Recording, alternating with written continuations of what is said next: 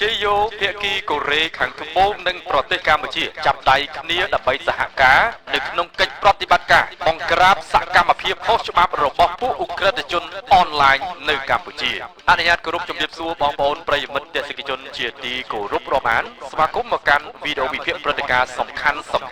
នៅក្នុងវីដេអូនេះខ្ញុំបាទសូមលើកយកព័ត៌មានដ៏សំខាន់ជាទីបំផុតសម្រាប់ប្រទេសកម្ពុជាដែលកំពុងតែតម្រង់ទិសឆ្ពោះទៅរកភាពជឿជាក់មួយនៃអន្តរជាតិហើយដោយអ្វីដែលបងប្អូនបានជ្រាបហើយប៉ុន្មានថ្ងៃនេះឃើញថាព័ត៌មានកំពុងតែរំជើបរំជួលនិងផ្ទុះការចាប់អារម្មណ៍ខ្លាំងជុំវិញពិភពលោកករណីដែលប្រទេសកម្ពុជាយើងរងការតិទៀនពីបណ្ដាប្រទេសនៅលើអន្តរជាតិទាំងមូលជាពិសេសគឺពាក់ព័ន្ធជាមួយនឹងឧក្រិដ្ឋកម្មអនឡាញនៅក្នុងប្រទេសកម្ពុជាកាលពីសប្តាហ៍មុននេះគឺនៅក្នុងខេត្តកំពតដែលបង្កទៅជាការយល់ច្រឡំយ៉ាងសុសសាយពេញពិភពលោកនៅក្នុងហេតុការណ៍នោះវាពិតជាមានប្រកាសមែនដោយសារតែឧក្រិដ្ឋជនជាតិចិនបានធ្វើសកម្មភាពមកលើជនជាតិកូរ៉េដែលជានិស្សិតនៅកម្ពុជារហូតដល់បាត់បង់ជីវិតហើយព័ត៌មាននេះបានបន្តធ្វើឲ្យភាគីកូរ៉េខាងត្បូងមានប្រតិកម្មយ៉ាងខ្លាំងចំពោះពាក្យសម្ដីដែលថាប្រធានាធិបតីកូរ៉េខាងត្បូងចោទប្រកាន់ថាប្រទេសកម្ពុជាគឺជាប្រទេសឧក្រិដ្ឋកម្មនោះវាមិនមែនជាការពិតទេប៉ុន្តែអ្វីដែលជាការពិតនោះគឺមានថៃនៅពីខាងក្រោយខ្នងថៃបានប្រើប្រាស់សារព័ត៌មានផ្លូវ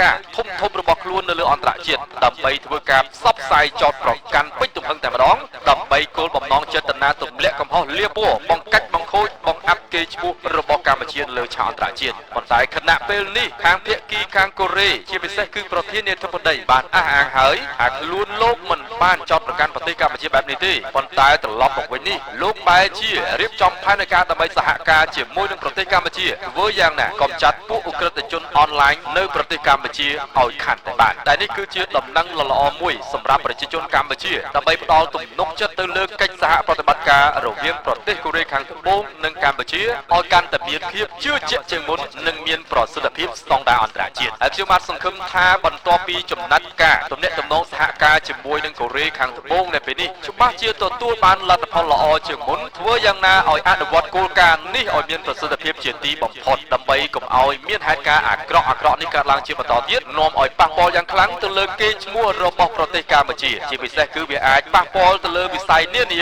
ដូចជាវិស័យទេសចរវិស័យពាណិជ្ជកម្មឧស្សាហកម្មនិងទំនាក់ទំនងអន្តរជាតិដែលប្រទេសកម្ពុជាយើងកំពុងតែមានដំណើរការល្អប្រសិនបើរឿងរ៉ាវទាំងអស់នេះនៅតែបន្តកើតឡើងនៅក្នុងប្រទេសកម្ពុជាជាញឹកញយបន្តទៀតនោះវារឹតតែធ្វើឲ្យប្រទេសកម្ពុជាមិនអាចឈរជើងនឹងនៅលើឆាកអន្តរជាតិបានឡើយជាពិសេសគណៈពេលដែលកម្ពុជានិងថៃមានចំនួនព្រំដែនកំពុងតែក្តៅកគុកបែបនេះថៃព្យាយាមធ្វើគ្រប់បែបយ៉ាងដើម្បីរកវិធីបង្អាប់បង្អោនកេរ្តិ៍ឈ្មោះរបស់កម្ពុជាលាបពណ៌កម្ពុជាគោលបំណងវាយប្រហារគ្រប់ទម្រង់ទាំងអស់ហើយសូមបងប្អូនបន្តជឿទុកចិត្តលើរដ្ឋាភិបាលកម្ពុជា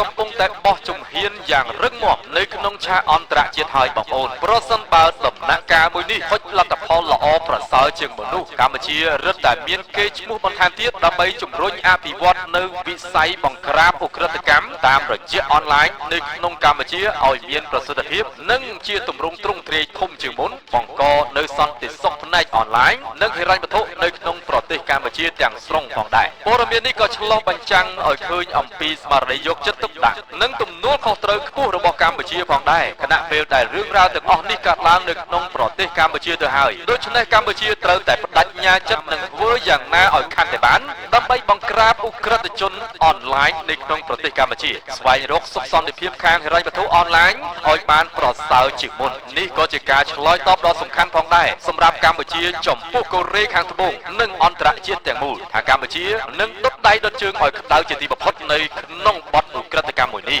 ហើយកិច្ចសហប្រតិបត្តិការមួយនេះវារឹតតែឆ្លុះបញ្ចាំងឲ្យឃើញអំពីការយកចិត្តទុកដាក់អំពីបញ្ហាសន្តិសុខអនឡាញនៅក្នុងប្រទេសកម្ពុជាមួយកម្រិតទៀតដើម្បីផ្ដល់ទំនុកចិត្តទៅកាន់អន្តរជាតិជំរុញវិស័យវិនិយោគសំខាន់បន្ថែមទៀតចូលមកកាន់ប្រទេសកម្ពុជាឲ្យកាន់តែច្រើនបងប្អូនប្រិយមិត្តទេសនិកជនជាទីគោរពរាប់អាននេះគឺជាព័ត៌មានក៏ដូចជាដំណឹងមួយដ៏ល្អសម្រាប់ប្រទេសកម្ពុជាផងដែរខ្ញុំ ជឿជាក់យ៉ាងមុតមមថាដំណើរការនៃបង្ក្រាបអ ுக ្រិតជនអនឡាញនៅក្នុងកម្ពុជាខណៈពេលដែលកូរ៉េខាងត្បូងនិងកម្ពុជាសហការគ្នាចាប់ដៃគ្នាពួតដៃគ្នានិងប្រើប្រាស់នៅមធ្យោបាយក៏ដូចជាបច្ចេកទេសក្នុងការបង្ក្រាបលើកនេះខ្ញុំគិតថាវាអាចនឹងផ្ដល់នូវអត្ថប្រយោជន៍ក៏ដូចជាលទ្ធផលល្អប្រសើរខ្លាំងមែនទែនពីព្រោះថាកូរ៉េខាងត្បូងគឺគេមានបទពិសោធន៍យូរឆ្នាំមកហើយ